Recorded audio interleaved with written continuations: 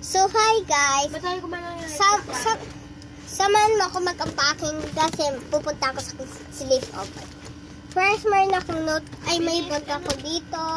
At, kanina lang. Tapos, mayroon ako dito ang notebook. Lagay ka lang. Wait, wag mo nang maingay. Nagbibideo ako dito. Okay. At sunod guys, mayroon akong colors dito. Lalagay ko dito sa gilid. Ay! Mamaya na. At mayroon ako dito pangtulog, sleepover. Doon ako matutulog sa friend ko. Tapos, mayroon ako dito tubig. Lalagyan ko na lang ng tubig. Ay, tumbler pala.